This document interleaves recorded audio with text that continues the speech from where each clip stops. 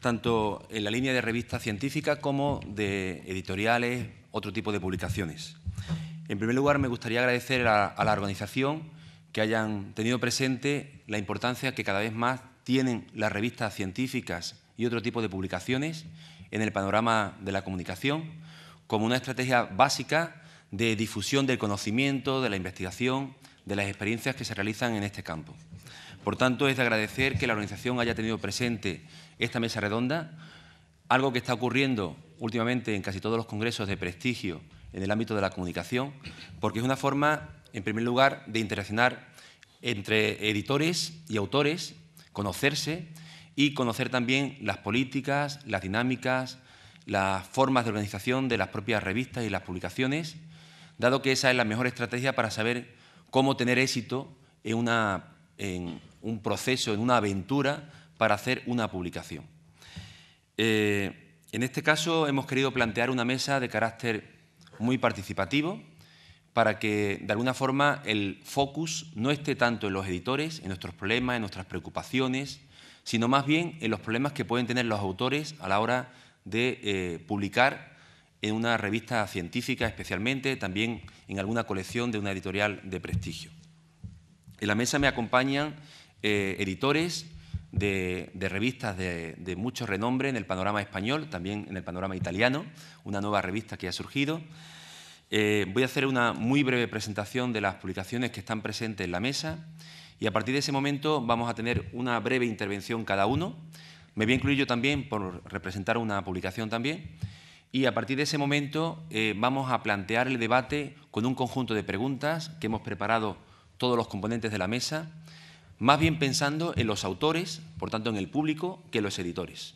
De manera que vamos a plantear un conjunto de interrogantes, que ahora os comentaré brevemente, a través de los cuales vamos a plantear qué problemas, qué riesgos, qué incertidumbres tienen los autores cuando tienen que iniciar ese proceso de publicación tan importante para construir ciencia, sobre todo en el momento actual donde la revolución de Internet también ha llegado a las revistas y donde supone un paso importante en la concepción de la publicación, que ya no es algo que se queda en un país, ni en una zona, ni en una región, sino que es algo que trasciende y que puede llegar a cualquier rincón del mundo. Me acompañan en la mesa Lluís Pastor, a mi izquierda, a vuestra derecha. Lluís Pastor es el responsable de comunicación de la Open University de Cataluña, de la UOC, Universidad Oberta. Además de ser responsable de todo el sector comunicacional de la universidad, es también el responsable de la política editorial de esa universidad y, por tanto, una de las colecciones monográficas más importantes en nuestro país sobre el ámbito de la comunicación, que persiste además en el tiempo. A la derecha vuestra, un puesto más allá, me acompaña María Ranieri, que es de la asociación MED, asociación italiana de Media Education en Italia, que es una de las responsables de una revista con el mismo nombre que acaba de iniciar su andadura y que, por tanto, es una publicación muy nueva, pero que, al mismo tiempo que recoge investigaciones, recoge propuestas, recoge reflexiones. Es una publicación que se puede consultar en la web y que también tiene una versión impresa.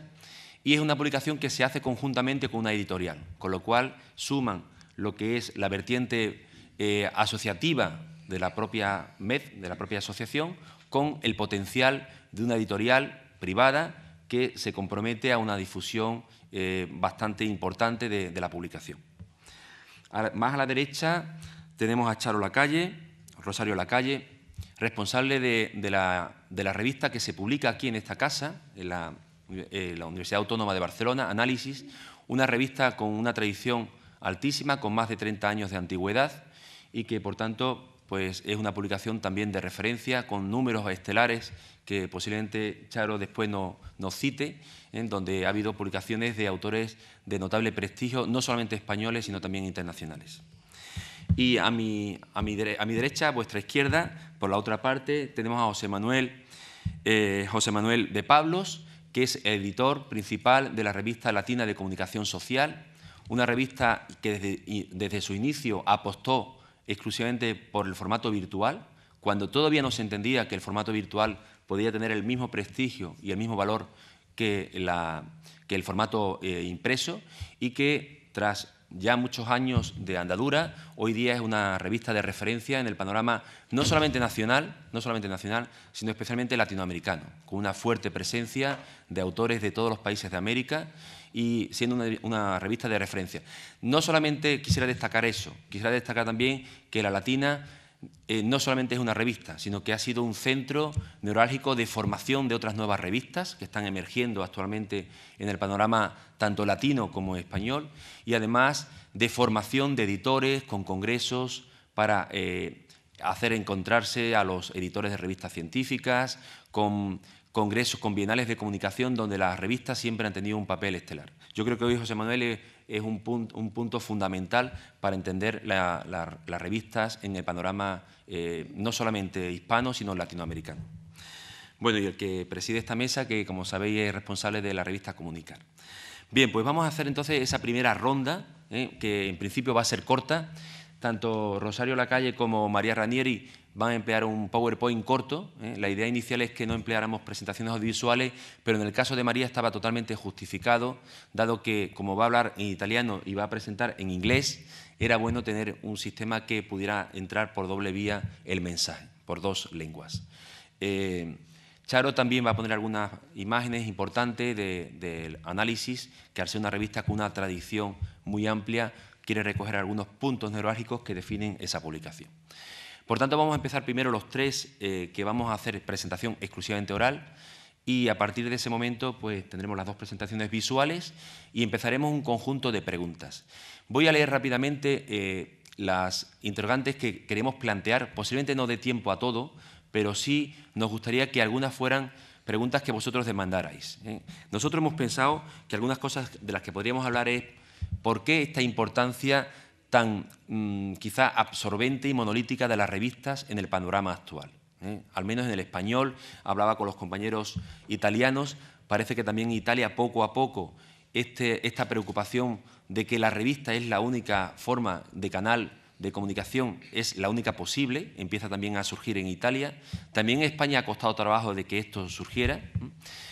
Por tanto, ¿cuál es el valor realmente de la publicación científica? ¿Hasta qué punto valen los manuales, los libros? Preguntas que muchas veces preguntan los autores a los editores y que quedan muchas veces en la incertidumbre. Es bueno que reflexionemos sobre ella.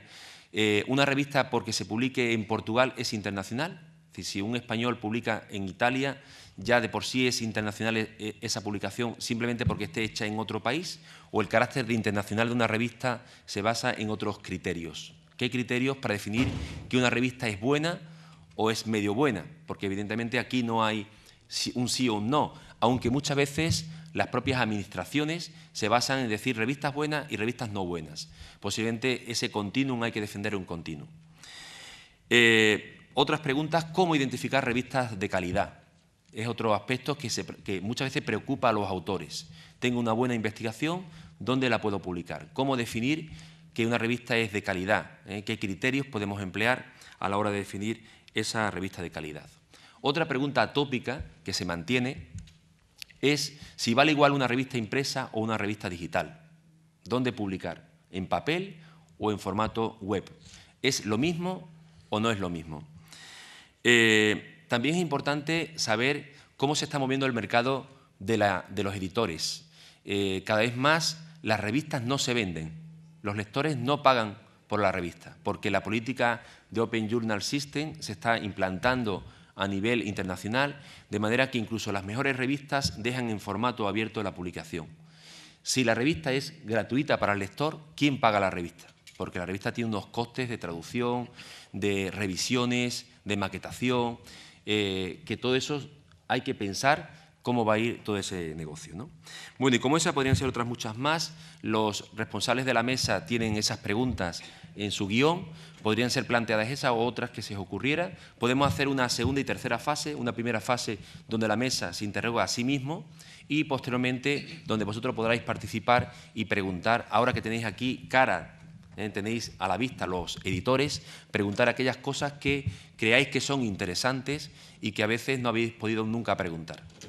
Bien, pues entonces damos paso, si os parece, a esa primera fase donde cada revista va a presentar de forma muy breve sus fortalezas, en los puntos fundamentales que definen a su publicación, en qué situación está actualmente, si es una revista joven, una revista que se está consolidando o que está iniciando una nueva etapa.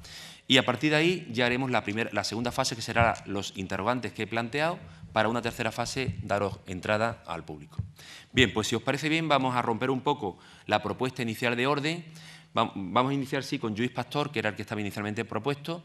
Lluís, además de ser coeditor de una publicación, es responsable editorial de una colección muy amplia que edita una editorial. Por tanto, yo le pediría a él que hiciera esa mezcla entre la publicación científica, tanto por la vía de publicación periódica, revista, como por la vía de publicación manual, estudio, investigación, que se publica en las colecciones que tiene actualmente abierta la web. Lluís, es tu momento. Estupendo, gracias. Ahora me has puesto mucha presión, ese es mi momento. Antes que nada, quería mostrar mi absoluto agradecimiento a la organización del Congreso y en concreto a José Manuel Pérez Toner, el hecho de que me haya invitado a estar en esta mesa, me haya invitado a participar en el Congreso y el agradecimiento extenderlo también a la iniciativa que desde el Departamento de Periodismo de la Universidad Autónoma de Barcelona y desde los estudios de comunicación de la Oberta de Cataluña hemos puesto en marcha un proyecto que es de una tremenda ambición, que es el clúster de comunicación, que tiene como primer elemento visible la coedición de una revista con un tremendo prestigio como es Análisis, y que desde el número 40 coeditamos la Universidad Autónoma de Barcelona y la Oberta de Cataluña, y eso va a permitir que estén en la red, etcétera, etcétera. Charo, que es uno de sus dos directores, lo va a explicar con mucho detalle. Por lo tanto, yo, si os parece, me voy a centrar en la función de la editorial de la Universidad Oberta de Cataluña, de la que soy director general, y os voy a dar algunos datos que permiten explicar la presencia de la editorial en el mundo de las publicaciones de la comunicación, y luego abrimos el debate para todo aquello que creáis conveniente, ¿no? La editorial es una editorial que modestamente es importante en el mercado de los libros del mundo universitario y que además, como misión, los que la dirigimos desde hace 6 años nos pusimos el reto de que fuera una referencia absoluta en el mercado de la comunicación. Eso ha permitido que la editorial pasara en esos 6 años de publicar 39 libros a los 230 libros que estamos haciendo durante este 2011. Es un cambio importante, es un cambio cuántico que se fundamenta en algunos valores. Para mí, sobre todo en un valor, que es que el centro, más allá de la obviedad de que el centro de cualquier editor está en los lectores que tiene, el centro está en nuestros autores, en nuestros profesores. Como profesor y como colega de profesores, una de las cosas que nos suceden en el mundo editorial de libros, de manuales, de monografías, es que los editores suelen penalizarnos en tiempo. Enviamos un original, está semanas, meses, lo revisan, no lo revisan, a veces incluso años. Y uno de los principios que nosotros pusimos en marcha cuando tomamos las riendas de la editorial fue: el autor es el centro, el autor no tiene que ser penalizado, si se tiene que evaluar, se evalúa rápido y, en cualquier caso, indubio pro reo, es decir, juguemos a favor de los autores que están volcando esfuerzos intelectuales para poder hacer los libros. Eso permitió que efectivamente en poco tiempo pasáramos de una producción más bien pequeña a una producción amplia. ¿Por qué? Porque el boca a oreja corre y al final los profesores lo que quieren es que sus obras sean evaluadas, tanto como sea necesario, pero sobre todo que esa evaluación sea rápida y tenga un final feliz en las librerías o en la red o donde sea. Y ahí es importante también la función del editor, porque el editor... Hablaremos luego, ¿no?, de todos los consejos editoriales, de todas las revisiones por pares, ciegas, no ciegas, etcétera, etcétera. Pero en el caso del mundo de de los libros, el editor debe ser un garante del nivel intelectual de la obra. Yo siempre me precio cuando me dicen, hombre, es que vosotros en la editorial de la Oberta de Cataluña habéis sido pioneros en muchas cosas, en hacer libros digitales, en trabajar en la lógica del papel y del EPUB, etcétera, etcétera. Y digo, sí, pero no me planteo que eso sean cosas que me hacen ser mejor. Lo único que me hace ser mejor es el catálogo de autores que han confiado en mí. Esa es la única diferencia que puede tener un editor respecto a otros. Es la voluntad de profesores y de profesoras que han querido confiar en ese sello editorial.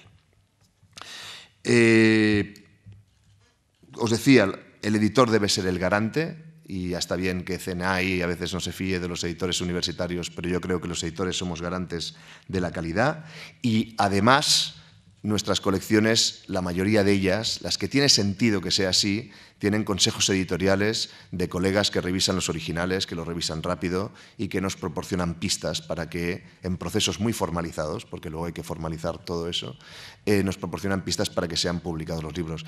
En todas las colecciones de comunicación que tiene el editorial, no. Hay algunas que lo garantizo yo, y que lo garantiza un profesor que está dando docencia en la Universidad de Málaga, en la de Santiago de Compostela o en la de Tarragona, y él me dice, necesito este material para ayudar a los estudiantes. Ahí a mí no me hacen falta demasiados consejos editoriales, ahí lo decidimos entre el autor y yo. Es decir, que tampoco hay que llevar al extremo y a cualquier uso editorial la función de la revisión por pares, ¿no? Finalmente, ¿cuáles son las oportunidades y retos que veo en nuestro mundo editorial tal como están las cosas hoy? En el mundo de la editorial y de las editoriales, y en el mundo de las revistas también. En el mundo de las editoriales, yo creo que si lo hacemos mal en la editorial de la UOC o en otras editoriales que están haciendo cosas para el mundo universitario, es que somos realmente muy malos. Porque las editoriales comerciales, la mayoría de ellas se han retirado porque han visto que esto no es un negocio. Esto no es un negocio. Han tardado tiempo en darse cuenta, pero esto no es un negocio. Esto es una vocación, y como vocación se tiene que mirar desde otro punto de vista, con lo cual tenemos un amplio espectro para crecer. Pero yo creo que hay que crecer en dos direcciones. Hay que crecer, por un lado, segmentando. Hay que ser buenos. El mercado de las publicaciones del mundo de la universidad ha pasado en apenas un par de décadas de una cierta inmadurez a una madurez real que pasa en cualquier mercado. Del mismo modo, yo vivo en un pueblecito muy chiquitín y en la tienda que existe, solo hay una tienda en mi pueblo, y en esa tienda puedo encontrar desde los croissants del desayuno hasta unos calcetines negros para ponerme si resulta que hay una boda en el pueblo. Pues eso es lo que ha pasado en el mundo de las editoriales hace igual 20 años. Cuando un mercado madura, necesita segmentación, necesita que la gente sea buena en cosas muy distintas, con lo cual uno llega a Barcelona y se da cuenta que no solo ya los calcetines se venden en las tiendas de ropa, sino que la comida, hay comida cara y delicatessen, comida barata, comida dulce, comida salada, comida para llevar, comida para estar sentado, con lo cual se ha producido una altísima segmentación. Eso va a pasar en el mundo de las editoriales y de las publicaciones periódicas universitarias. Se necesita esa segmentación. Y al lado de eso, y en paralelo, una cuestión que para mí resulta fundamental, que los resultados de cosas que hacemos con partners tan importantes como la Universidad Autónoma de Barcelona muestran que es el camino, que es la colaboración. Sin colaboración no saldremos de esta. El reino de taifas de la docencia, que también terminará con el tiempo, creedme, el reino de taifas de la docencia no se puede aplicar a la investigación, no se puede aplicar a la difusión del conocimiento. Hay que empezar a colaborar entre nosotros para hacer cosas importantes, entre otras cosas, porque hay un mercado que es un mercado tremendamente maduro, tremendamente potente y tremendamente global, que es el mercado de las publicaciones anglosajonas, que ya saben todo eso desde hace tiempo, y si queremos que la capacidad intelectual de los profesores que difunden sus investigaciones y transfieren a la sociedad sus conocimientos en lengua española, si queremos que eso pueda competir en ese mercado, la vía es estrictamente la de la colaboración, en el caso de España entre nosotros y sobre todo una colaboración panamericana. Yo creo que esas son las dos vías de futuro que tenemos planteadas. Gracias y luego seguimos hablando. Gracias, Luis, por tu síntesis. Yo creo que es un aporte interesante que además complementa perfectamente el tema de las colecciones de libros. Una de las preguntas que vamos a plantear después es si solamente libros o también solamente revistas o también los libros, porque parece que ahora hay un mercado desquiciante de que el libro ya no vale. Quizás tengamos que ser los editores de la revista los que reivindiquemos el valor del libro, al menos en ciencias sociales y humanas, donde tan importante a veces es utilizar el cauce de la publicación más prolongada y no los 6.000 palabras que nos exigen a veces cortapiesarnos, acercándonos al mundo de las ciencias exactas, donde parece que está sentada, pero que no tiene por qué toda la ciencia utilizar el mismo patrón de referencia, ¿no? Bien, pasamos la palabra ahora a José Manuel de Pablos. Él es catedrático de la Universidad de La Laguna de Comunicación y, como decía antes, editor de la revista científica La Latina, Revista Latina de Comunicación Social. Bien, buenos días. En primer lugar, quiero dar las gracias. Buenos días. En primer lugar, quiero dar las gracias a los compañeros que han organizado este congreso por invitarme, evidentemente, y luego, sobre todo, por montar una mesa sobre revistas. Como decía antes Nacho, la calidad de los congresos va a empezar a medirse por un nuevo parámetro, que es la presencia en el congreso de una mesa de revistas. Va a haber congresos que no tengan en cuenta este detalle y congresos que puedan adquirir cierta notoriedad o calidad superior para sus autores, sus congresistas, si hay una mesa de revistas. ¿Por qué? Porque los congresos por lo general sirven para mostrar los resultados de una investigación y todo el mundo sabe lo que es un congreso. Pero el problema está en que muchas veces el autor, el investigador o la investigadora se plantea el problema qué hacer con su investigación. Ese último paso, evidentemente, lo va a conseguir a través de una revista científica, la que sea, y es importante, algo que está ocurriendo en España desde hace 2 o 3 años, que es que se ha incrementado el nivel editorial científico de los autores. Y eso se ha demostrado patentemente viendo cómo desde hace 3 o 4 años, en la generalidad de las revistas españolas de comunicación, que son muy pocas, ha aumentado el número medio de citas que han empezado a hacer los autores. O sea, los autores han descubierto que las revistas sirven para documentar sus artículos y eso parece que empieza a ser una gran novedad, lamentablemente. Bien, hablando de la fortaleza de mi revista, como decía Nacho, la nuestra, como dijo él, se fundó, tiene ya 14 años de vida. Desde el primer instante fue una revista digital, porque desde siempre, desde que nos enteramos que se había inventado una cosa que se llamaba la web, vimos que ese era el futuro y no dudamos un instante en entrar por él. Es evidente también que al principio sufrimos una especie de no iba a decir racismo, sino una especie de críticas, porque había gente que pensaba que el papel era papel, que el papel era lo importante y que las revistas digitales no valían la pena. Entonces, bueno, si eso fuera así, si el papel hubiera sido lo importante, teníamos que haber hecho revistas en papel cuché como Hola y entonces hubiera sido una revista fantástica. Porque esas críticas partían de una base muy equivocada. ¿El importante es el soporte o es el contenido? Si lo importante es el soporte, hagamos la revista en papel cuché, en colores, y entonces hagamos una revista, una separata de Hola, y entonces tenemos una gran revista. No, la revista es su contenido, y su contenido da lo mismo que esté en un soporte virtual o que esté en una pantalla de ordenador, es una pantalla en papel. Por tanto, beneficiosamente, ese error casi histórico se ha ido resolviendo y ya vemos que en las baremaciones de universidades, cuando se habla de revistas, dicen cualquiera que sea el soporte. Es algo que costó mucho establecer, pero que poco a poco y por su propio peso se ha establecido por su cuenta y ya no hay quien lo pueda quitar. Entonces, ante la pregunta que hacía Nacho, no sé si me adelanto, a si publicar en papel o publicar en digital, que es lo más importante, yo siempre pongo algunos ejemplos. Por ejemplo, una revista en papel, nosotros vamos a trabajar en un artículo, un trabajo, una investigación, y vamos a consultar X revistas en papel, porque la mayoría están en papel.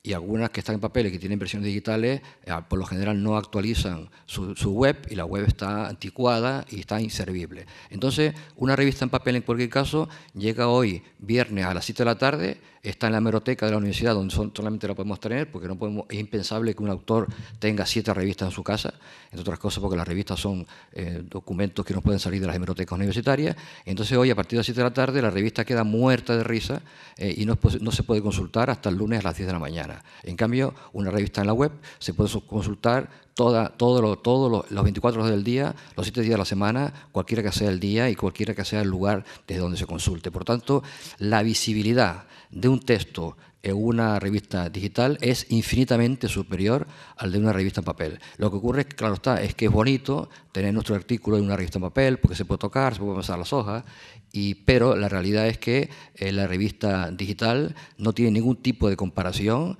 desde el punto de vista de su visibilidad frente a la revista papel. La revista papel es una cosa totalmente pasado de moda y superada por las posibilidades altísimas que tiene la revista digital.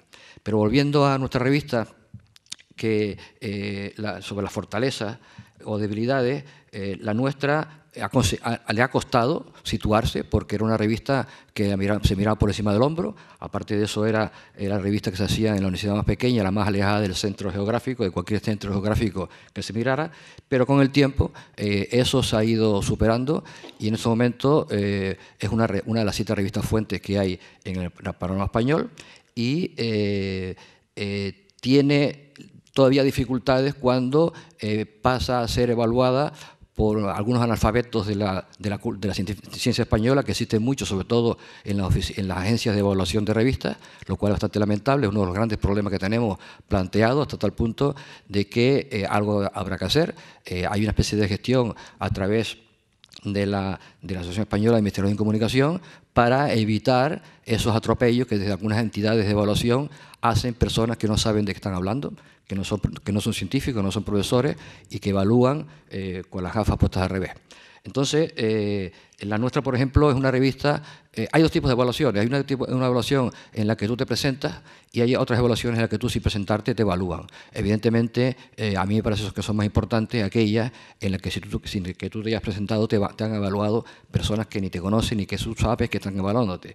Este es el caso de la Agencia Francesa de Evaluación del Profesorado, el equivalente a la ANECA española, que todos los años hace una lista de aquellas revistas que son válidas para la evaluación del profesor universitario francés. Entonces hay una comisión en Francia, un grupo de 6 o 7 profesores de comunicación y no de otras cosas como ocurre en España, que evalúan la revista de comunicación, la revista la evalúan físicos, químicos o bioquímicos, y entonces esta gente sigue una serie de pautas y decide cuáles son las revistas españolas, las revistas en general, que sirven para la evaluación del profesorado francés.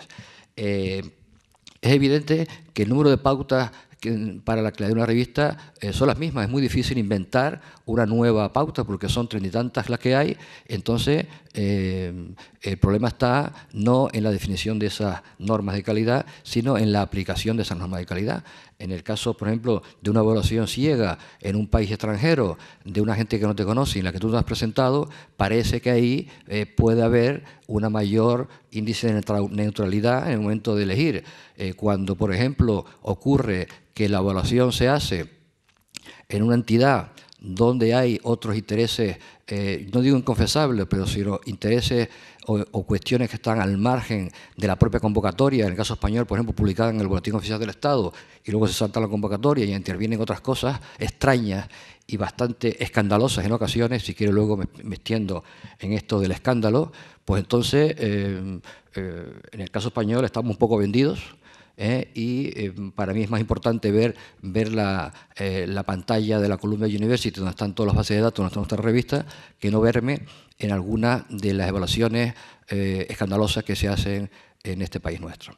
Entonces, yo creo que hay que tener en cuenta, desde la revista tenemos que pelear para que se incremente el número de revistas que hay en comunicación. No es presentable que sean 21 las revistas españolas indizadas en el índice de impacto de Granada, que sean menos revistas de las que hay en urbanismo. Solo somos más revistas que las de derecho canónico o las de derecho romano, o sea, de cosas que están en la ultrahistoria.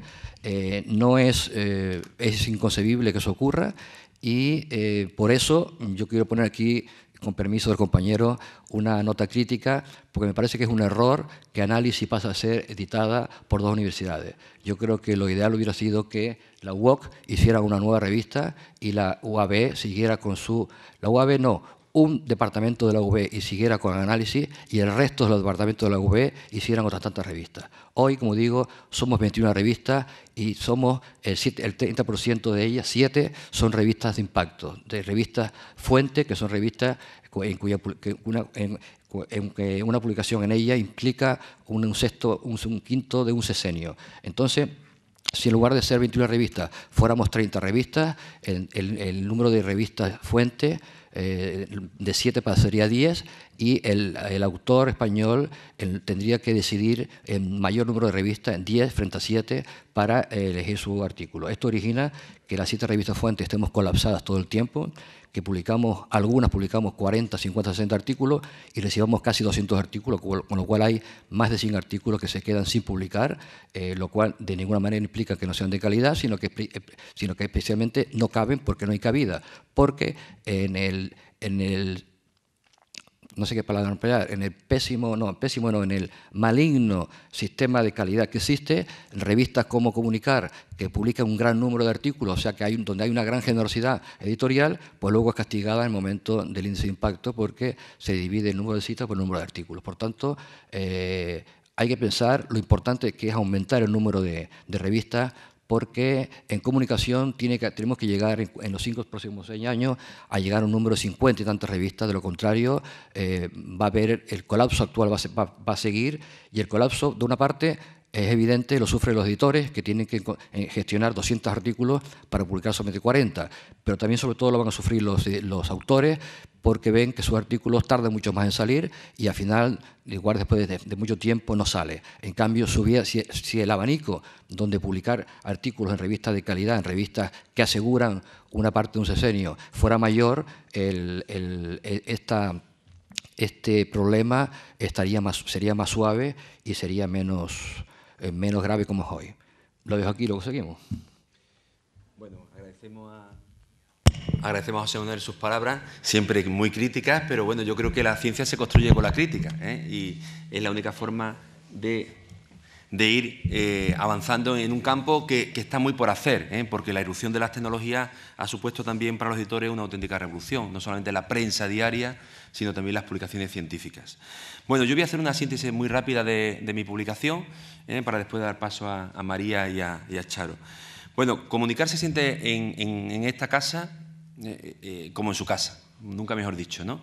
Tanto por la afectividad de todo el gabinete y de José Manuel, como también porque Comunicar trabaja básicamente esta temática, la temática de comunicación y educación. Es la temática que vertebra esta revista, lo que nos ha generado muchas veces críticas por el sector de educación, que nos considera una revista comunicativa, y también por el sector comunicativo, que nos considera una revista educativa. Es decir, trabaja en dos campos, no todos son ventajas. Lo que pasa es que esa fue la vocación inicial de esta publicación, que lleva 18 años publicándose, que ha publicado 1.500 artículos, que son muchos, porque nosotros el tema del impacto nos preocupa relativamente. Es decir, si no hay otros cauces de publicación, nosotros hemos dado cabida a muchos autores. De hecho, 1.500 artículos son muchos.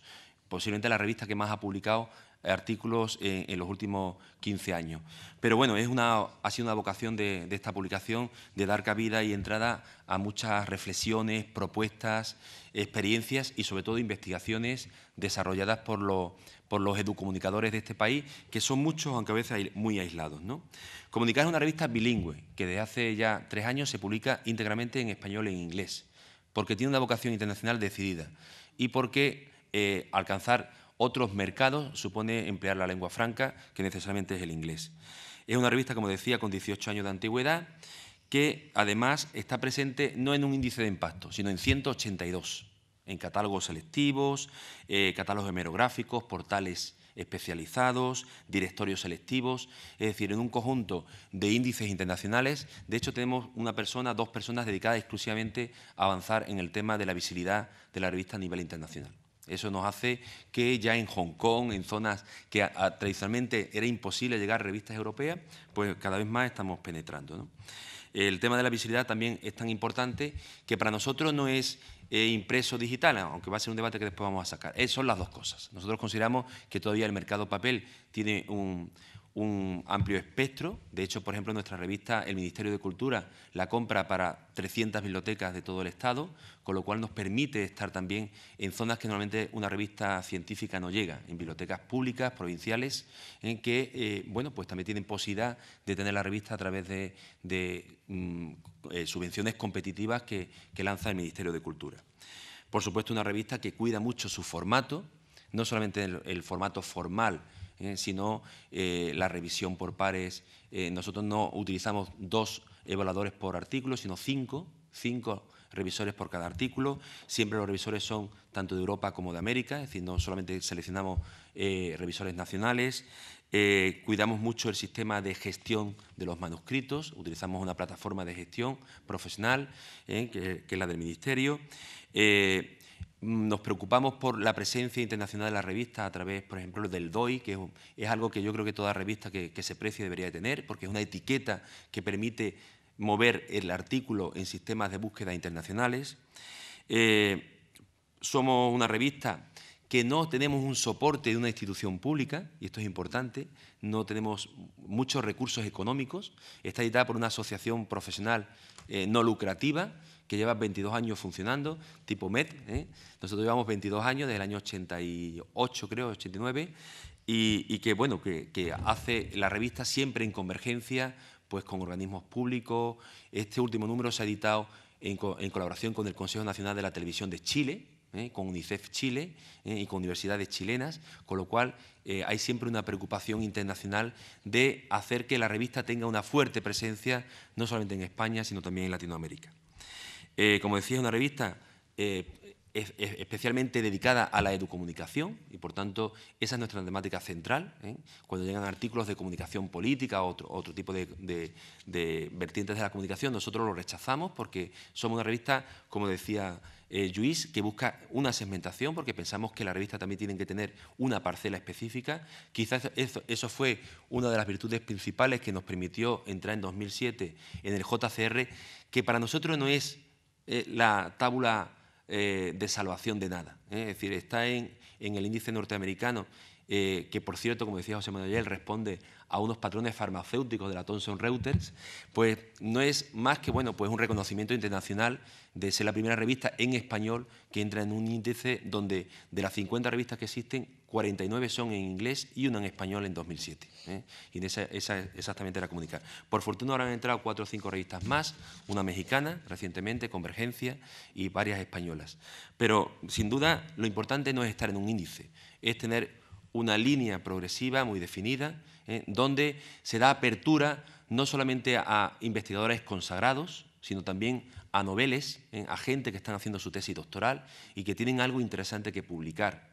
Nuestra revista, además, mantiene sus ilustraciones. Recuerdo que un evaluador me dijo que cuando nos hicieron esa polémica evaluación que comentaba José Manuel del RECID, que duró 9 meses, un evaluador decía que nuestra revista no era científica, porque tenía ilustraciones.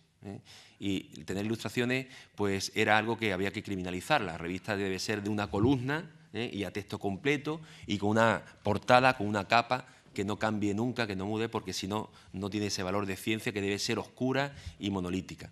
Bien, nosotros hemos mantenido ese criterio de ser una revista no solamente científica, sino también cultural. De hecho, pertenecemos a la Asociación de Editores de Revistas Culturales de España, donde está Revista de Occidente, donde hay revistas de bastante prestigio, y eso nos permite estar en las ferias internacionales de Frankfurt, de Guadalajara en México, de Buenos Aires, con lo cual la visibilidad de Comunicar hoy por hoy está garantizada, no solamente por la presencia del formato papel, sino cada vez más, porque con eso coincido con José Manuel, la red nos permite unas enormes posibilidades de crecimiento. Nosotros en los últimos meses hemos hecho una apuesta muy fuerte para aumentar la presencia de Comunicar en la red a través de redes sociales, no solamente redes sociales comunes como Facebook o como Twitter o LinkedIn, sino también con redes sociales específicas para la investigación en inglés, como ResearchGate, como Mendeley, es decir, portales que están específicamente destinados a investigadores de todo el mundo. Al mismo tiempo hemos aumentado nuestro sistema de visibilización, de los DOI, es decir, sistemas que permiten que Comunicar, pues, siendo un organismo muy humilde el que lo edita, pues que tenga cada vez más una mayor presencia internacional. Quiero hacer una invitación a que todos los que tengáis cosas que decir, mandéis propuestas a comunicar, porque todas las propuestas se revisan de manera totalmente ciega. El sistema que tenemos, que está totalmente auditado, permite que ningún artículo se conozca el autor hasta que no sea evaluado y, por tanto, hay una garantía absoluta de que se publican productos de calidad.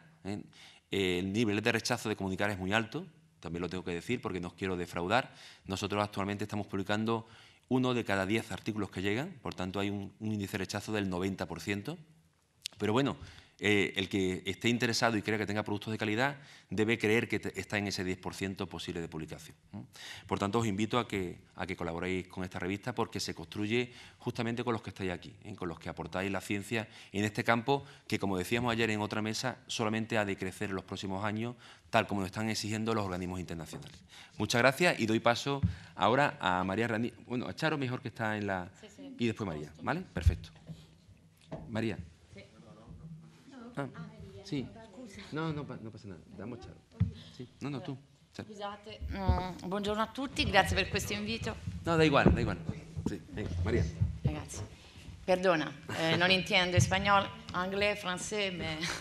Allora, grazie per questo invito, grazie a José Manuel e José Ignazio. È una grande opportunità per presentare la rivista della nostra associazione, che è una giovane rivista, e anche per discutere di temi cruciali in questo momento. Quindi spero dopo potremo discutere dei punti che hai sollevato. Però comincerei appunto presentando la rivista dell'Associazione Italiana di Educazione e Media. Allora, è una rivista che nasce dallo sforzo di un'associazione, quindi anche nel nostro caso è l'associazione che finanzia questa rivista. E chiaramente è una grande sfida per l'associazione. It's challenging. E qui si pone il problema del finanziamento che diciamo tu hai posto tra le domande su cui riflettere oggi. Sostenere una rivista di qualità è un'impresa molto costosa. Comunque insomma è sostenuta dall'associazione. È una rivista semestrale. Diciamo il primo numero è apparso nel 2010, quindi è una giovane rivista. Allo stato attuale sono usciti 3 numeri, quindi diciamo è una rivista che deve ancora consolidarsi, è primi passi verso diciamo la realizzazione di una rivista diciamo anche internazionale.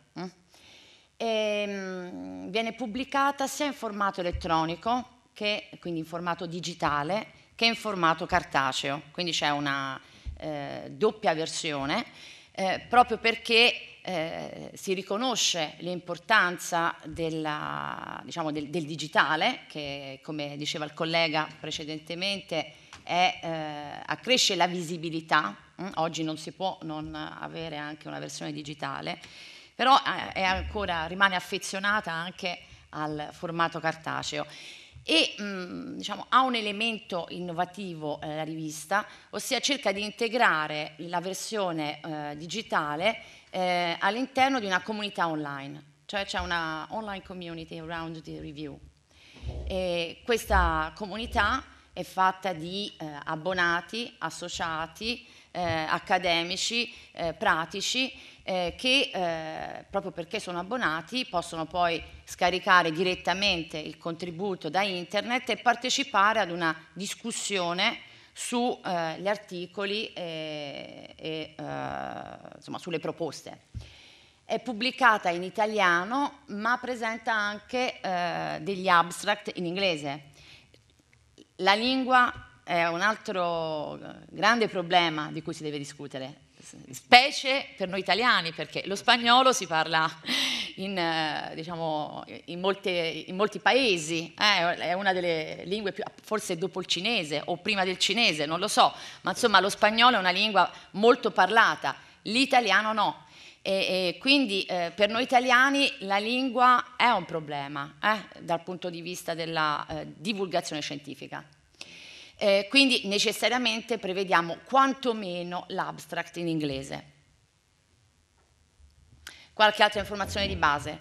Allora, l'aspirazione della rivista è chiaramente quella di basarsi su un sistema di blind peer reviewing, ma allo stato attuale stiamo ancora, diciamo, mettendo,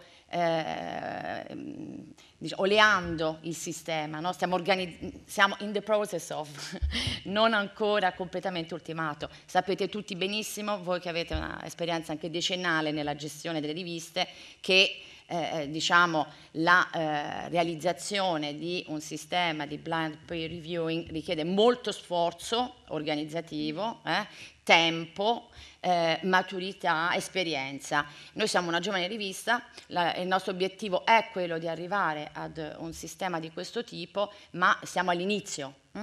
Oltretutto, rispetto al panorama italiano, bisogna dire che il tema diciamo della qualità scientifica delle riviste e così via è abbastanza recente, come dicevi all'inizio, e quindi tutte le riviste italiane stanno attraversando in questo momento, specie nel settore umanistico, stanno attraversando una fase di cambiamento. Quindi siamo, diciamo, nell'onda, non siamo un'eccezione, siamo giovani e stiamo affrontando problematiche che altre riviste più diciamo, vecchie stanno affrontando in questo momento. Quindi in Italia c'è una discussione che sta cominciando ora su questi temi. Quindi criteri di qualità delle pubblicazioni scientifiche e il blind reviewing come un criterio per riconoscere la qualità di una rivista. Ecco, chi sono gli editori della rivista? Roberto Giannatelli, che è il presidente onorario del MED, Gianna Cappello, che è la presidente, e Alberto Parola, che è il vicepresidente dell'associazione. Poi esiste un comitato scientifico costituito da accademici, anche diciamo, è un comitato internazionale, vi sono poi responsabili di varie aree. I responsabili delle varie aree non provengono necessariamente dal mondo accademico. Questo perché? Perché coerentemente con la strategia dell'associazione, che si basa proprio sulla collaborazione stretta tra accademici, professionisti dei media e insegnanti, la rivista aspira a dare spazio non solo a pubblicazioni di carattere strettamente scientifico, ma anche a quelle che noi chiamiamo buone pratiche. E infatti la rivista è organizzata, strutturata in 3 principali sezioni. La prima sezione, che si chiama Studies, e che comprende pubblicazioni di carattere appunto strettamente scientifico, di natura teorica o empirica, su chiaramente tematiche relative alla media education, quindi la nostra rivista si focalizza solo sulla media education, in contesti anche diversi, dall'extrascuola alla scuola, all'educazione degli adulti, ai bambini e così via. Una sezione dedicata alle buone pratiche e una sezione dedicata alle informazioni relative diciamo, alle pubblicazioni o agli eventi internazionali. Possiamo chiamarle anche comunicazioni. Mi vorrei soffermare un attimo sulla sezione buone pratiche, perché chiaramente è, a nostro avviso, anche diciamo, la sezione più, è al tempo stesso la più originale, ma anche la più, e qui uso l'inglese perché è il termine migliore, challenging, di nuovo. Perché? Perché scrivere bene di buone pratiche non è semplice. Il rischio è di produrre descrizioni del tipo raccontini. Come si concilia il piccolo racconto, the story, con l'aspirazione a creare una rivista di qualità, una rivista scientifica di qualità. L'impegno quindi da parte nostra è quello di individuare anche dei criteri per raccontare bene le pratiche. Esiste un modo scientificamente accettabile di raccontare una buona pratica? Questa è la domanda, anche perché una buona pratica può essere il risultato di una ricerca-azione, diciamo nelle sue migliori espressioni. Le buone pratiche sono frutto di una ricercazione, cioè di un incontro tra teoria e pratica. Come allora rendicontare diciamo, un'esperienza, un'attività che si basa sulla ricercazione, che pubblica nel settore soprattutto educativo ma anche comunicativo,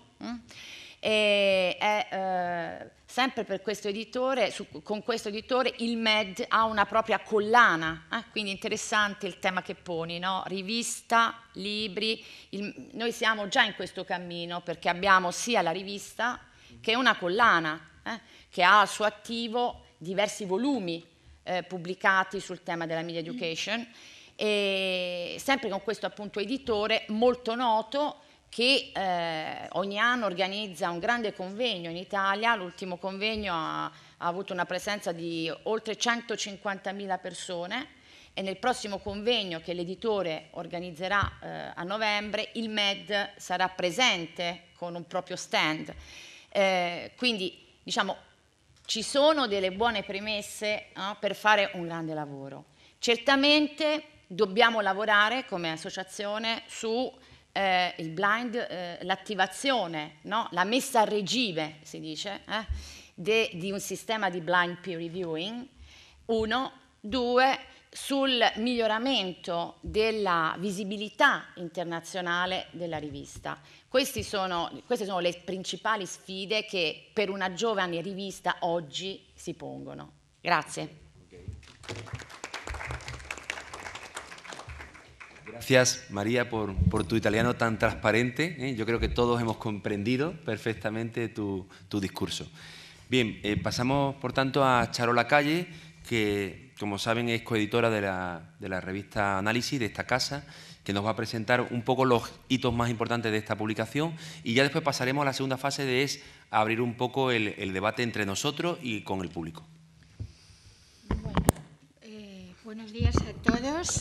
Yo también considero, como José Manuel de Pablos, una idea extraordinaria el que en un congreso se abra una mesa a las revistas científicas y, bueno, particularmente en nuestro caso es interesante por varias razones y fundamentalmente porque, como ya ha adelantado Luis Pastor, la revista entra, o ha entrado, mejor dicho, en el segundo semestre de 2010 y, bueno, oficialmente 2011 en una segunda fase de coedición con la UOB.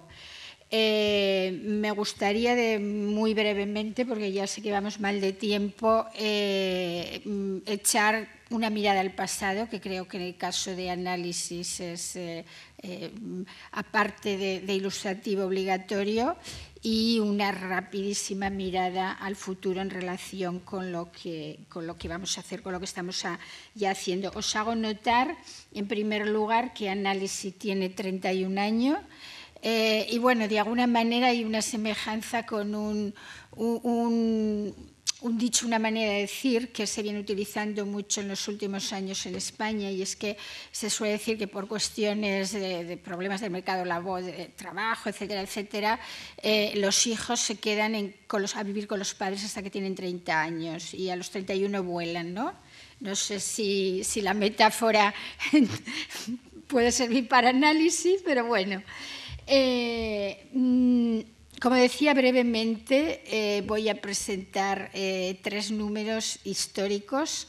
Uno de ellos, porque es el primero, Análisis surge en 1980, es por tanto la revista de comunicación más antigua de España y, lo que es más importante, no ha habido interrupciones. Es verdad que ha habido, porque históricamente la dirección de la revista correspondía al director de departamento y por consiguiente pues ha habido en estos 31 años muchos directores de departamento y eso ha hecho que la revista atravesase épocas muy diferentes y por supuesto pues los niveles de calidad variasen, no solamente las tendencias. El primer número de 1980 bueno, aparecen contribuciones de Moragas, Guberbas y Riquieri, un artículo conjunto de Bordó y Rodrigo Saperas y uno de Mili Prado. Es un número, todavía no tiene índice, por ejemplo, es un número con una compaginación y una edición muy sencilla, seguramente pues dedicado en parte a bibliografías, un poco, obviamente, reflejando la situación del momento en las facultades de comunicación, que llevaban solo 4 años funcionando. Esta, creo, corrígeme, José Manuel Pectornero, si me equivoco, que empezó en el 76. Por tanto, pues bueno, es un número simbólico en ese sentido. Pero los dos grandes números de análisis yo reto a la edición y a la dirección actual. Aquí en la sala está Jordi Sánchez, que codirige la revista conmigo. Le reto a que bueno, por lo menos en parte lleguemos a igualar el techo de calidad, yo diría rayando la espectacularidad, pero no en el sentido superficial, sino en el sentido realmente de avallamiento, como dirían los italianos, de deslumbre, que supusieron estos dos números, el 7 y el 8. Bueno, no hace falta que os lea todos los libros todos los nombres que aparecen en la lista de autores, más algunos colaboradores, etcétera. En aquella época había personas ya con una trayectoria, en fin, más que demostrada, que seguían haciendo recensiones, seguían dando cuenta y recensionando también actos académicos, etcétera. Y bueno, pues aquí aparece en primer lugar, y conste que le he puesto el primero porque aparece el primero en el número, no porque sea el organizador del Congreso José Manuel Pérez Tornero. Pero todavía, al menos para mí, aunque obviamente los dos números yo creo que son casi equiparables por lo que se refiere a la calidad, y sobre todo este es un número de marzo de 1983, o sea, hay que verlo en perspectiva. Era extraordinario que realmente se consiguiese que estos autores colaborasen y gratis, porque que yo sepa, Análisis nunca pagó. Pero el número que yo considero el gran número de Análisis, y que algunos investigadores, como por ejemplo Fabio Tropea, lo comentaba antes, que también sentaba en la sala, y a mí mismo, pues jugó un papel muy importante en el tipo de trayectoria que nosotros, entonces estudiantes, seguiríamos sucesivamente. Es un dossier, es un número, un monográfico especial dedicado a las series de cine y televisión. ECO abre en este caso el número con un artículo magnífico sobre las postillas de Al nombre de la rosa, que sucesivamente publicaría en Italia, es decir, es un artículo de estreno. Y bueno, pues hay autores que en aquel momento estaban absolutamente en la cumbre, como Seymour Chapman, que había publicado su famoso Historia y Discurso en el 79, y esta revista es de mayo de 1984. El tristemente, prematuramente desaparecido Mauro Wall, con un artículo también que ha tenido, yo creo, una influencia importantísima en España, porque todos estos autores, por supuesto, Omar Calabrese, no estaban traducidos entonces, prácticamente todos los estudiosos en comunicación, y no solo los especializados en cine y televisión, conocieron a esos autores a través de la revista. Y aquí aparece también José Manuel Pérez Tornero, que fue junto con Lorenzo Vilches, si no me equivoco, los editores de la revista, porque vosotros sois los que hacéis la introducción y la presentación al número, aparte de cada uno, obviamente, colabora con 2 artículos diferentes. Por tanto, pues bueno, ya que lo tenemos aquí presente, agradecerle y en general yo creo que en nombre, diría, de prácticamente todos los investigadores españoles y particularmente en el de Fabio, en el mío propio, porque realmente esta revista, este número, es un número histórico que está para siempre en patrimonio de análisis. Pero bueno, ya remitiéndonos al presente de nuevo, vamos a mostrar, entramos ya en la época actual de coedición con la UOC a partir de 2010-2011. Bueno, de hecho, el último número de la época de análisis en solitario es el número 39 que publicamos en junio. El análisis es bianual y el número siguiente, que es el número 40, es un monográfico porque a partir de ahora, a partir de la nueva etapa, Análisis va a compaginar los monográficos con la miscelánea. Los monográficos con un, digamos, coordinador propio del número. Entonces os voy a mostrar el que hemos construido para la transición, que es un poco la carta de presentación de la nueva etapa, porque de hecho está integrado por diferentes profesores investigadores de la UAB y de la UOC que presentan un poco su trayectoria y fundamentalmente, bueno, al menos una de las temáticas paradigmáticas de sus intereses fundamentales en comunicación. En la presentación de la revista bilingüe catalán y castellano, en este primer número de transición, el número 40, hay artículos en castellano y artículos en catalán, siguiendo con la tradición de la facultad. Cada autor, lo mismo que hacemos en clase, cada profesor elige la lengua en la que quiere enseñar o escribir. Bueno, entonces hay un total de 10 artículos. Están presentados por orden alfabético los autores, simplemente porque las temáticas obviamente eran diferentes. Me parece que hay un artículo donde participa también María Ranieri, también Luis Pastor, José Manuel Pérez Tornero, Jordi Sánchez, yo misma y otros profesores e investigadores de la universidad. Y el número siguiente, 41, que está a punto de salir también, creo, bueno, de alguna manera sigue todavía en cierto modo ligado a la etapa anterior, porque se trata de contribuciones que ya estaban comprometidas por la dirección anterior y que nos comprometidas en el sentido de que habían atravesado las fases correspondientes de evaluación de pares, etcétera, etcétera, y que nosotros hemos mantenido.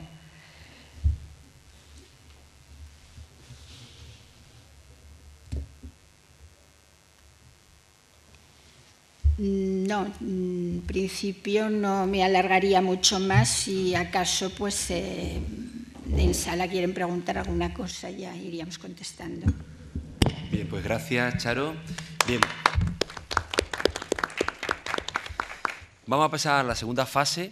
Yo voy a hacer como un pequeño notario, testaferro, fiscal de lo que cada uno ha dicho, de los aspectos fundamentales, y le voy a hacer una primera pregunta a cada uno, de forma que después demos paso. Yo os pido que seáis breves a la hora de responder a esa pregunta. He seleccionado de todo lo que habéis dicho algo que creo que puede interesar a la audiencia, ¿de acuerdo? Y como estamos pensando en la audiencia también, y no solamente en nosotros, vamos a... De Lluís yo resumiría que los aspectos fundamentales que él ha dicho, que hay que ser garantes de la calidad, como un aspecto fundamental, que hay una dialéctica entre negocio y vocación en los editores, que la segmentación temática es un principio fundamental que en los próximos años hay que ir ganando, y yo me centraría en el último aspecto, es donde le haría la interrogante. Él habla de la colaboración, de la cooperación como estrategia de futuro, y él cree en la cooperación como un plus. Dado que en la propia mesa se ha planteado que posiblemente no haya que sumar instituciones, sino aumentar revistas, ¿hasta qué punto hay que defender esa suma de esfuerzos de instituciones distintas como criterio de calidad? ¿Vale? Sería su pregunta. Yo creo que os hago el resumen de todo y después cada uno responde. ¿Os parece? Para que vayamos un poquito más rápido.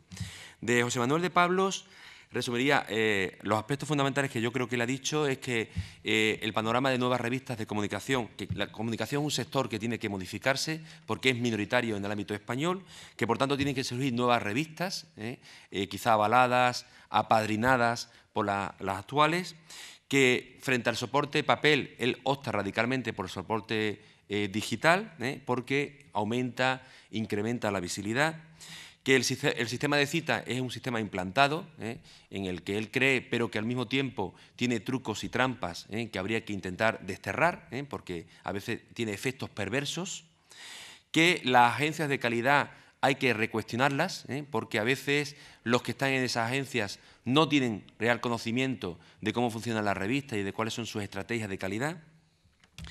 Y yo le haría la pregunta en orden a un sistema que también va vinculado con lo que le he planteado a Lluís sobre la cooperación.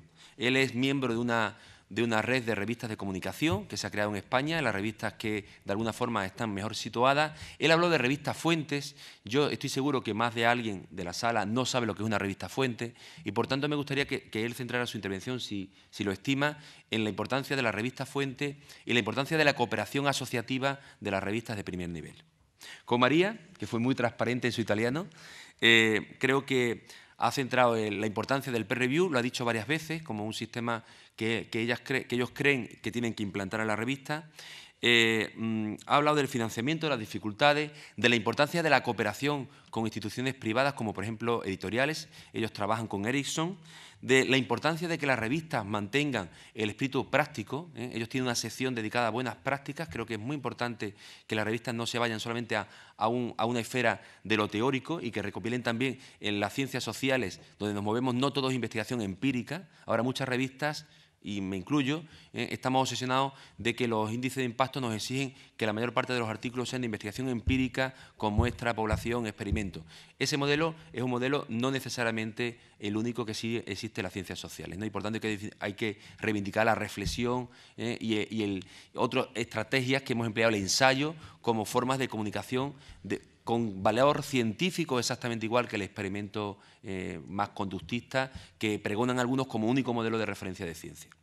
Por tanto, yo valoro bastante que tengan una sección sobre teoría y práctica. Me gustaría plantearle a María también la posibilidad de que nos planteara la posibilidad de que las revistas tengan una vertiente internacional, de cooperación internacional, que España esté presente en MED, que MED esté presente en España, pero también en Francia, en el mundo árabe.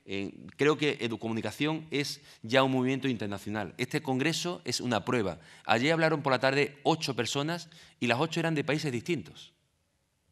Es una prueba que este es un movimiento internacional, con sus dificultades en sus inicios, pero evidentemente no podemos hacer publicaciones nacionales, porque entonces rompemos el principio del movimiento. Por tanto, tendremos que aspirar a que la revista tenga su astras en árabe, en chino.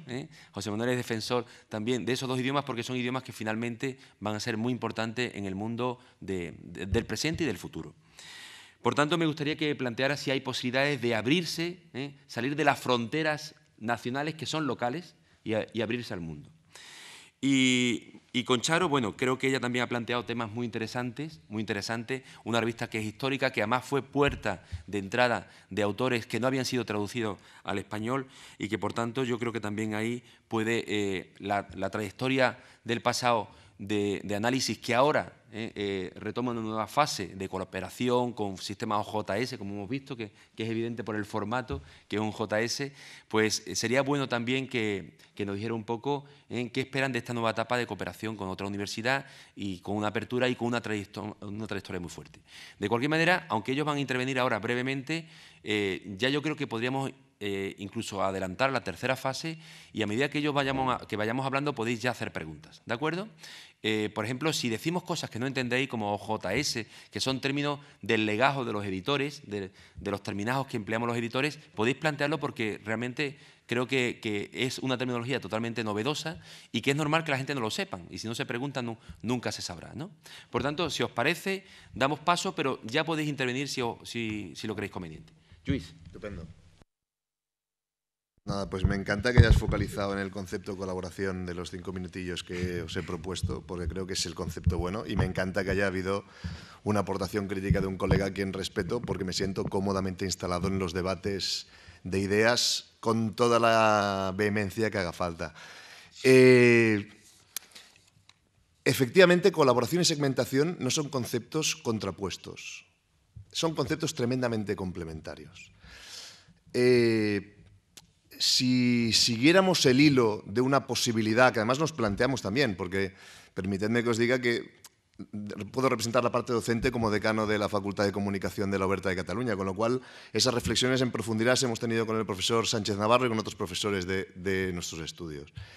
Si cada facultad de comunicación, que son muchas, no solo en el sistema catalán, sino, en fin, todo el mundo, que eso es bueno, porque significa que la comunicación importa, porque si no, no existirían. Si cada facultad de comunicación plantea su propia revista, atendiendo a los criterios de balanceo de poderes internos, conocimientos internos, número de profesores que tienen, hay una universidad en el sistema catalán que tiene 2 doctores y tiene un grado en marcha, por ejemplo. Son realidades, no son ideas, son realidades. Si cada una de esas facultades se plantea su revista, llegamos, después de ese viaje, siglo XXI, a mi pueblo. La mentalidad de ultramarinos. A la tienda. Calcetines, croissants, solo compran las 100 personas que viven en el pueblo. Si queremos acceder a calidad de verdad, si queremos agrupar a redes de investigadores que están tratando cuestiones similares desde enfoques distintos, pero que son realmente buenos, no tenemos más remedio que empezar a colaborar entre nosotros y empezar a generar publicaciones que respondan a esas redes, a esas colaboraciones y a esos niveles de calidad en la investigación. Esa es la lógica que une colaboración con segmentación, que no tiene nada que ver con atomización. Atomización es yo soy una facultad, me lo monto. Y ya veremos si tengo éxito o no. Claro, tendremos muchas revistas, pero difícilmente tendremos buenos niveles de calidad. Con la segmentación y con la colaboración va a pasar con el tiempo que va a haber revistas que van a ser de top 5 o top 10 y va a haber revistas más de clase media, pero es que eso es normal. Entre otras cosas porque habrá líneas de investigación que en nuestro país o en la red que hayamos construido van a ser más o menos vigorosas, pero eso forma parte de un cierto, y copio el concepto de mi compañero y colega Sánchez Navarro, un cierto darwinismo académico. Va a pasar, es lógico, va a haber cosas que funcionen más o menos. Con lo cual, yo me sitúo absolutamente en la colaboración y radicalmente en contra de la atomización y de la autorreferencia. Yo creo que es una mentalidad poco moderna y seguramente poco competitiva. Esa es la impresión que me da a mí, pero todo es debatible, evidentemente, ¿no? Respecto al caso concreto de análisis, yo estoy tremendamente orgulloso de que la Universidad Oberta de Cataluña, la segunda universidad en volumen de estudiantes de Cataluña y la que tiene una proyección importante aquí y en el resto del mundo, pueda estar haciendo una cosa de la mano de la Universidad Oberta de Barcelona. Me parece un orgullo tremendo en el punto cero. Me parece un reto absoluto, como decía María, una sfida tremenda a partir de ahora. Y me parece una muestra de las cosas que deberíamos hacer entre todos, porque eso va a pasar en el ámbito de la investigación, y con eso termino, pero, estimados colegas, va a pasar en el ámbito de la docencia. Porque cuando empiecen a evaluar también la docencia, la lógica del ultramarinos va a empezar a desaparecer. Esa es la impresión que me da. Bueno, muchas gracias.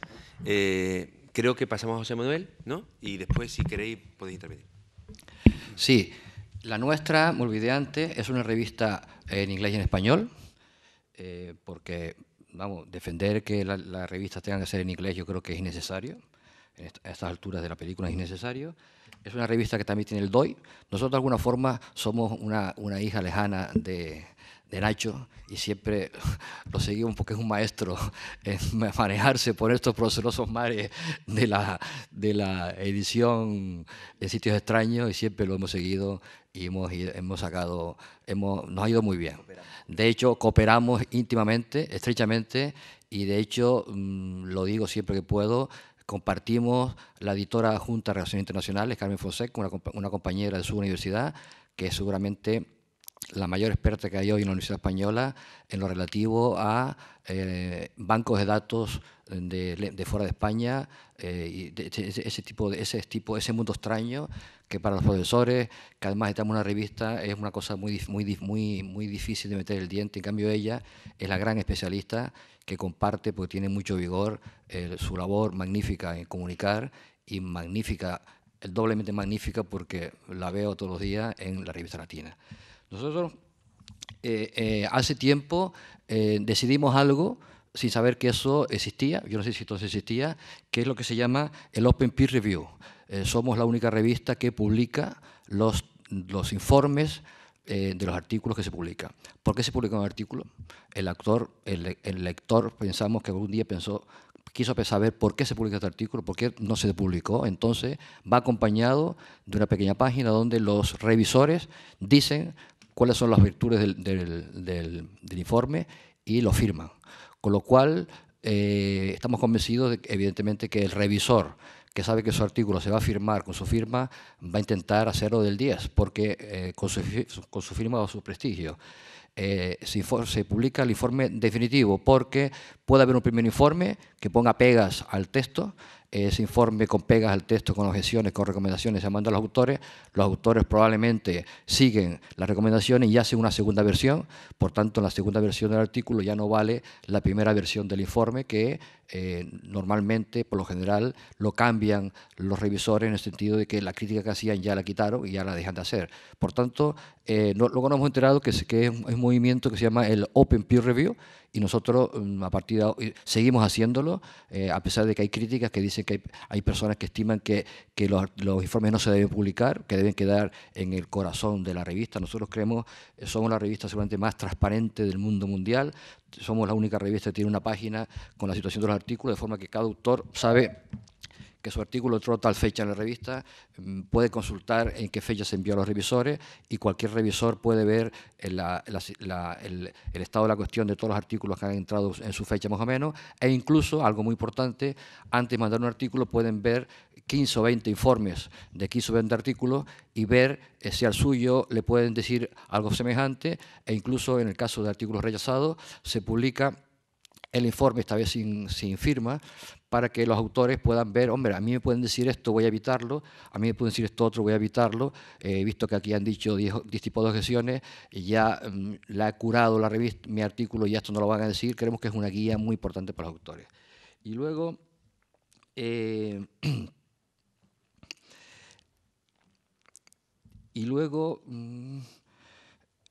estamos en el DOI también, como decía antes Nacho, cumplimos el 100% de los criterios de la TINDES. La TINDES es el gran índice de calidad de revistas en castellano, muy criticado en algunos sectores de Madrid, empeñados en hacer una nueva colonización académica de la Universidad Española y de la Universidad Latinoamericana, que si quieren luego yo de eso puedo hablar. También estamos en Creative Commons. No creemos que una revista científica abierta, que es militancia académica, servicio a la sociedad, no esté dispuesta, claramente abierta, para que los autores puedan copiar textos citándolos sin manipularlos y sin hacer negocio con ellos. Y sobre la pregunta que me hacía, las revistas fuentes son los compañeros de Granada, el equipo S3, Evaluación de la Ciencia y la Comunicación Científica, hace una labor impresionante, límpida y de un vigor impresionante. Cuesta 35.000 euros al año, pero tiene un problema, tiene un gran problema. Son una universidad pública y son un equipo independiente. Y en estos tiempos en que desde algunas oficinas del gobierno, no me refiero a este gobierno por llamarlo de alguna manera, que se sufre en estos momentos, sino del gobierno en general, no interesa que haya entidades independientes haciendo este tipo de trabajo. Por tanto, la gran manipulación para evitar esto está en marcha. Y una de ellas es, por ejemplo, criticar la TINDES o evitar que INREX pueda fortalecerse. INREX el equipo de Granada vive de una financiación anual, y cada año tienen que pedir la financiación, de forma que se pone, aunque un año no se la den, y que se acabe INRES. El índice de impacto de revistas académicas está en peligro de muerte todos los días. Esta gente con ese capital mínimo evalúan 200 y tantas revistas de ciencias sociales, evalúan 500 y tantas revistas de ciencias jurídicas, que son 800 y pico, y ahora empiezan a sacar el índice de revistas de humanidades. Van a evaluar más de 1000 revistas con una financiación pública de 35.000 euros al año, que siempre está pendiente de un hilo de que se les dé o no se les dé. Eso no interesa y por eso hay movimientos, a veces escandalosamente escandalosos, para evitar ese tipo de cosas, y que insisto que yo no quiero aprovechar la ocasión, pero que si luego al lugar o se me invita a ello, con mucho gusto entro. Bueno, pues la gente de Granada, para evaluar las revistas, para no trabajar con el 100% de las revistas, hace un grupo de ellas, que son aquellas revistas que originan el 80% de las citas. De manera que ellos trabajan con el 80% de las citas y desprecian un 20%, de forma que en el caso de comunicación, el 80% se da en 7 revistas y el 20% se da en 14 revistas. Por tanto, se entiende lo que es la revista fuente. Esto origina que la revista fuente sean las revistas de referencia, que sean las revistas que garantizan, como dije antes, que un artículo publicado en ello origine la parte correspondiente de un sexenio en un profesor que se evalúa en la agencia española, en la agencia de calidad. Entonces, si aumenta el número de revistas, aumenta evidentemente ese espacio del 80%, va a afectar a más revistas y los investigadores van a tener más revistas donde poder elegir para evitar, insisto, en que las revistas actuales estén colapsadas, que reciban 200 artículos al año para publicar 40, y claro, nosotros por ejemplo nos hemos obligado a tener la revista cerrada desde septiembre del año pasado hasta el mes de abril. Y así todo este año vamos a publicar 48 artículos y ya tenemos casi 90. Entonces es un agobio porque, insisto, hay pocas revistas. Nosotros somos firmes partidarios de la cooperación, pero vemos la cooperación de una forma diferente a la como la ve el compañero Pastor. Nosotros hemos originado, hemos animado la creación de lo que los compañeros afectados han llamado la Plataforma Latina de Revistas de Comunicación. Hemos animado la creación de revistas nuevas en Girona, en Alicante, en Elche, en Málaga, en Salamanca y otra de una asociación iberoamericana de comunicación. Hemos animado 6 revistas y hay otras revistas en marcha en el marco de esa plataforma, una en la Universidad Rey Juan Carlos de Madrid y otra en Valencia, por tanto, y otra, en la Complutense. Por tanto, es posible que de aquí a un año, al amparo de nuestra revista, surjan otras 10 revistas que van a nacer con las dificultades lógicas de una revista nueva, y que sabiendo que hasta que no tenga 5 años no va a entrar en el índice de impacto, y ese es el gran problema de las revistas, que muchas revistas nacen pero no llegan a los 5 años. Entonces, creemos firmemente en la cooperación. De hecho, como Nacho estamos integrados, como análisis estamos integrados en el Grupo Bilbao de revistas científicas españolas, donde están las revistas fuentes públicas, de información pública. No está la revista española de una multinacional que publica artículos de interés para el multinacional, que es Telos, y está una revista de Sevilla, Ámbitos, que es teóricamente la próxima revista que tiene que ser revista fuente por varias condiciones que lo merecen, ¿no? Entonces, estamos ahí, evidentemente, y también estamos en el Grupo Bogotá de revistas iberoamericanas de comunicación. Por tanto, la cooperación es importante, pero desde mi punto de vista hay varias formas de cooperación, ¿no? Entonces, yo creo que hace falta más revistas. Lo que no puede haber revistas, como he visto crear revistas para que publiquen los profesores del departamento de la facultad. La revista, hay un concepto elemental, fundamental, que es la endogamia editorial. Hace 10 años nadie sabía qué era esto, ni se planteaba ni se hablaba de endogamia editorial. Hoy las revistas de calidad no pueden tener más del 20% de firmas de personas de su entorno, de su facultad, de su universidad, de su comité científico, su comité asesor. Eso es lo que no puede ser. Ese sería el ultramarino que dice Pastor, pero no hay que confundir el ultramarino del chiringuito de una facultad, de revistas que se hacen para que el decano pueda dar una revista cuando hay una visita, revista que luego dejan abandonada en el hotel la visita cuando no le interesa para nada, a la revista de verdad, porque tenemos que hablar de revistas de verdad y de revistas de salón, ¿verdad? Nada más. Bueno, como hay debate, sí, venga, sí, Luis. Una postilla. Si hiciéramos la nube de palabras, como ha citado 2 veces mi nombre, pues la... ¿no? Estoy de acuerdo contigo, José Manuel, en la creación de revistas, pero que se creen en origen ya con esa segmentación. Es decir, será mucho mejor que en lugar de 21 tengamos 150, cierto, pero que cubran ámbitos de la comunicación distintos y que puedan permitir a los profesores escoger las mejores redes para ir a publicar sus artículos. Porque si al final tenemos simplemente la multiplicación para liberar a las mejores revistas de la afluencia de artículos, yo creo que el bien que se hace es menor del que se podría hacer, digámoslo así.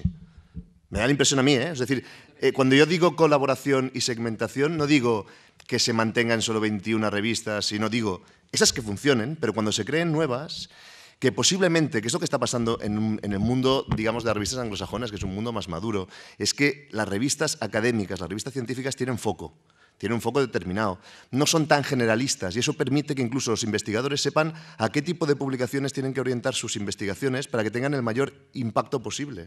Me da la impresión a mí, ¿eh? Y fíjate que no era contradictorio con lo que decías. En el caso español, si entras en el índice de impacto, verás que no hay ninguna revista especializada en los puestos de arriba. Son revistas generalistas. Hay una discusión entre revista generalista y revista especializada. Entonces, la revista generalista especializada es muy bonita porque todas hablan de lo mismo, pero no reciben citas. No son revistas que estén en la parte alta del índice de impacto nunca. Nunca. En el caso español. Bien, vamos a dar la palabra también ya para que, si no, nos queda muy poco tiempo, si no vamos dando la palabra al público, no quiero que participéis. Sí, yo, gracias por darme la primera palabra. Simplemente no voy a poder ni quedarme las respuestas porque ya ha venido Eduardo Mendoza y tengo que recibirle, pero me gustaría dejar algunos temas sobre la mesa. Primero, mi agradecimiento muy emotivo a todos los que estáis aquí por haber venido, por ayudar, por colaborar. Me ha emocionado la presentación que ha hecho Charo. Me ha emocionado también la imagen que ha dado de que hay que dejar volar, y que me parece que es fundamental para todos. Y me encanta que Ignacio Aguadé esté aquí porque, no sé, es una revista que quiero mucho, creo que ha partido de la base, que es fundamental, que está segmentada, que trabaja sobre comunicación, que ha logrado superar a los mayores y me encanta. Me encanta también la energía de Luis Pastor, por eso hemos hecho la alianza.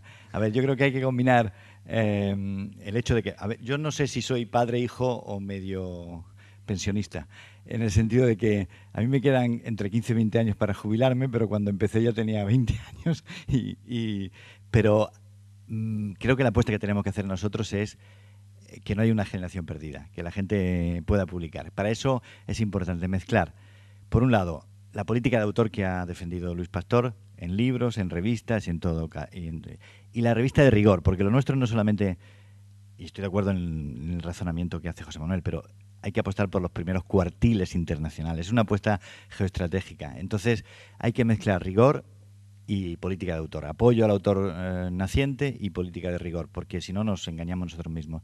Esa es la gran apuesta que tenemos que hacer entre todos. Ahora estoy en la agencia famosa de evaluación de la calidad de los doctorandos y sin saltar a mi compromiso de confidencialidad, diré que necesitamos que las revistas y también los libros estén apoyados, estén evaluados, estén sostenidos en una política de autorregulación. Que entre todos fijemos los criterios. Que el que hayamos apostado la UOC y nosotros por unirnos para el futuro, no solamente para la revista, sino para publicaciones, para investigaciones, y que ha venido acompañado de la creación, por lo menos en nuestro departamento, de otra revista que se llama Ruta, que está dirigida exclusivamente para doctorandos, porque también hay que segmentar quienes puedan publicar, ¿no? Entonces yo creo que, porque hay que apoyar a la gente joven, ¿no? Yo creo que hay que hacer un equilibrio entre esto más lo que luego es la internacionalización.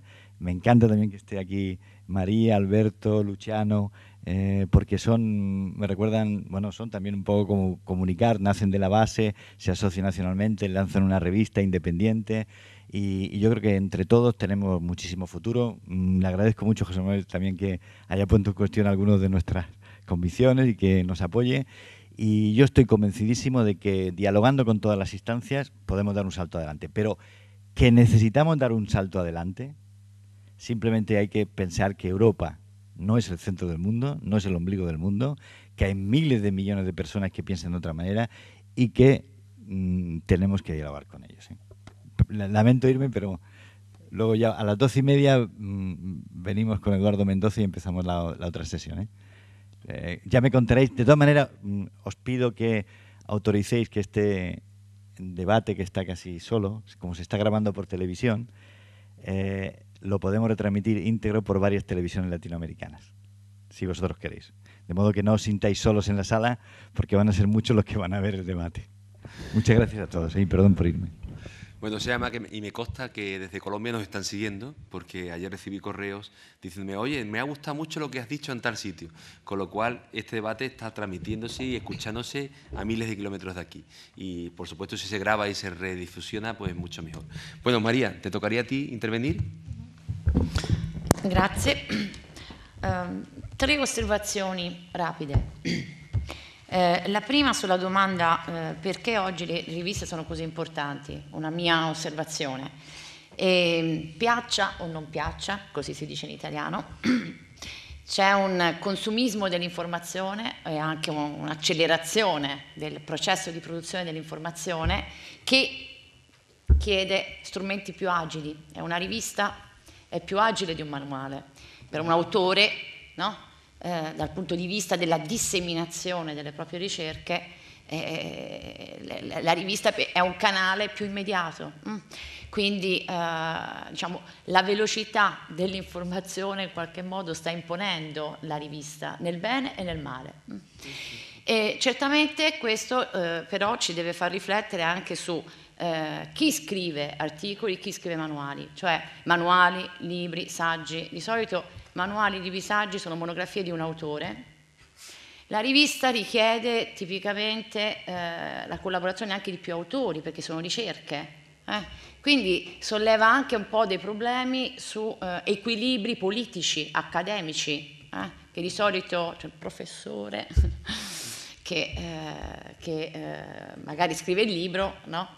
Però se scrive un articolo e parli di una ricerca, necessariamente è un'equipe. Quindi c'è un cambio di mentalità, il professore o l'equipe.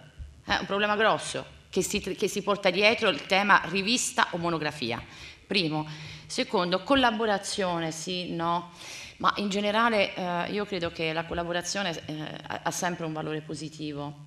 Però chiaramente non deve andare a discapito della biodiversità culturale, garantire la polifonia delle voci, dei punti di vista, ma la collaborazione in qualche modo è anche necessaria. E poi bisogna anche dire che insomma tante riviste pubblicano articoli che potevano non essere pubblicati, quindi se si guarda la qualità diminuisce forse anche la quantità, per questo è importante anche la collaborazione.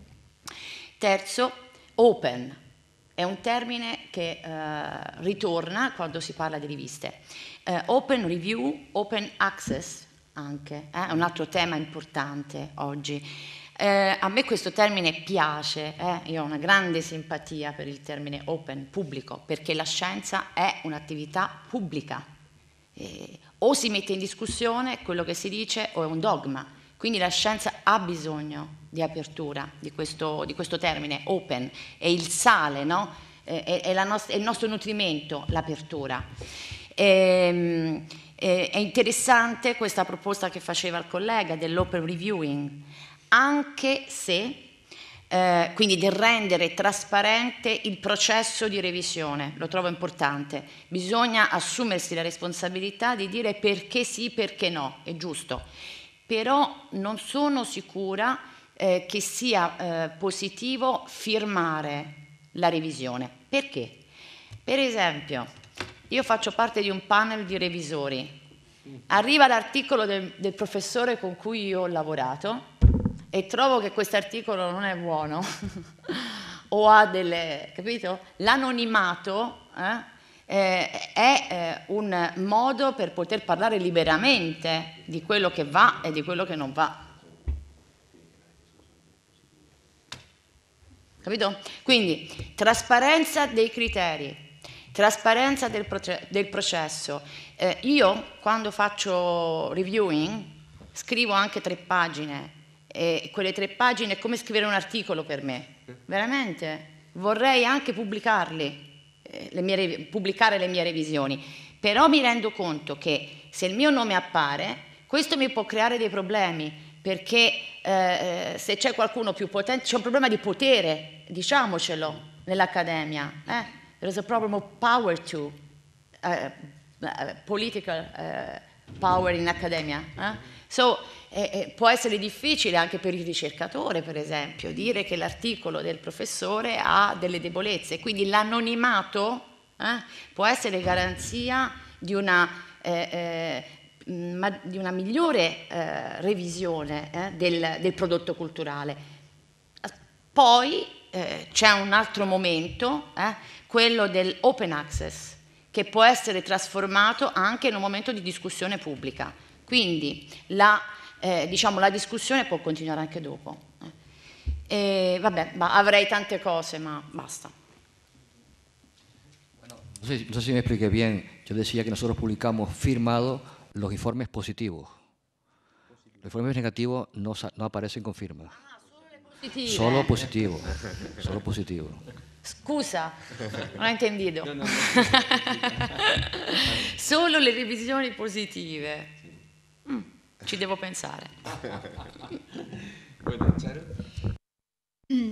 Bueno, yo en realidad, aprovechando algunas de las cosas que se han dicho, me gustaría incidir muy brevemente en un punto que no se ha tocado, y es que realmente hay diversidad no solamente de sistemas, sino sobre todo de perspectivas y de fundamentos en los diferentes países. Y en el caso español, para lo bueno y para lo malo, yo creo que estamos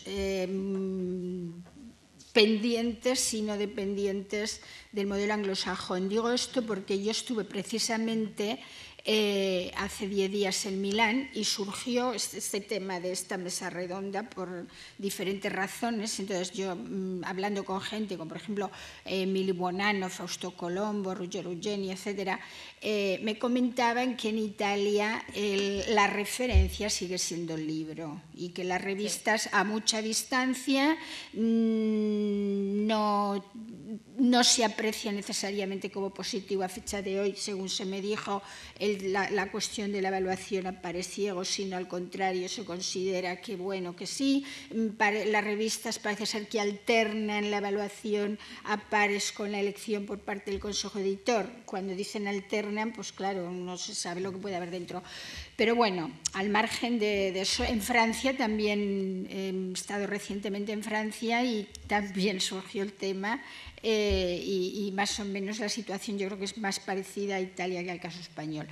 En nosotros, los problemas que ha solevado, como siempre interesantísimos, José Manuel de Pablos, hay otra cuestión, me gustaría retroceder un momento hacia atrás. Nosotros nos afrontamos un gran problema que también cada país resuelve de una manera diferente. Nosotros heredamos, por así decirlo, los defectos, o sea, nacemos ya con algún defecto estructural que es el de nuestro sistema de acreditación. Es un sistema, muchos de nosotros estamos en diferentes agencias de acreditación y pensamos que no está funcionando. Para resumir en 2 palabras, para los que no estén al tanto, solamente señalar que como los jóvenes están obligados, bueno, los jóvenes y no jóvenes, a lo largo de la carrera estás obligado a publicar de cierta manera en ciertos lugares, etcétera, para acreditarte, la gente desesperadamente se dedica a mandar artículos a donde puede, y efectivamente, José Manuel, no hay muchos sitios para mandar y efectivamente hay que rechazar porque te encuentras lo que te encuentras. Entonces, yo creo que es un problema que hay que resolver porque lo que no podemos es ajustar el modelo mediterráneo de la improvisación y de que, bueno, hay cambio de gobierno y se cambia entonces el sistema de acreditación y de evaluación, con un modelo de racionalización anglosajón que tiene también defectos importantes. Para empezar, las revistas anglosajonas, algunas de las más importantes, son revistas comerciales publicadas por grupos que pagan a algunos autores, aunque a la mayoría no, que no son de público acceso en la red, ni siquiera a través del sistema de red de bibliotecas, etcétera. Entonces, yo creo que en el caso español hay un problema importante de desajuste, que eso se traduce en las infinitas, no ya innumerables, infinitas dificultades pues, que tienen que afrontar los editores, los directores de revistas, forzados a trabajar con un ritmo absolutamente inimaginable, porque efectivamente, o sea, la gente de una tesis, a mí me comentaba un doctorado reciente que de su tesis había sacado 30 artículos. De momento le habían publicado uno, pero claro, sigue intentando. Bueno, nada más de... Bien, rápido, tenemos que terminar. Mira, el asunto de libro sí o libro no es algo que se puede discutir. Digo, Charo, que el asunto del libro sí, libro no es algo que se puede discutir o no se puede discutir, se puede estar a favor del libro, se puede estar a favor del no libro. Lo cierto es que tú te presentas un sesenio y presentas un artículo en una revista medianamente bien situada y te dan 6 puntos. Y presentas un libro publicado en País 2 y te dan 5 puntos. Y como lo que tienes que tener 6, te han demostrado que no vale el libro. Entonces, no se trata de que tú creas o no creas, se trata de que en este momento en España el artículo de una revista fuente te posibilita la 5ª parte de un sesenio. En un libro no. Y eso es así, y podemos pelear, no podemos hacer una manifestación, pero te aseguro que ante las agencias evaluadoras tipo FECID hay motivos mucho más graves que ese para manifestarnos y hacer piña.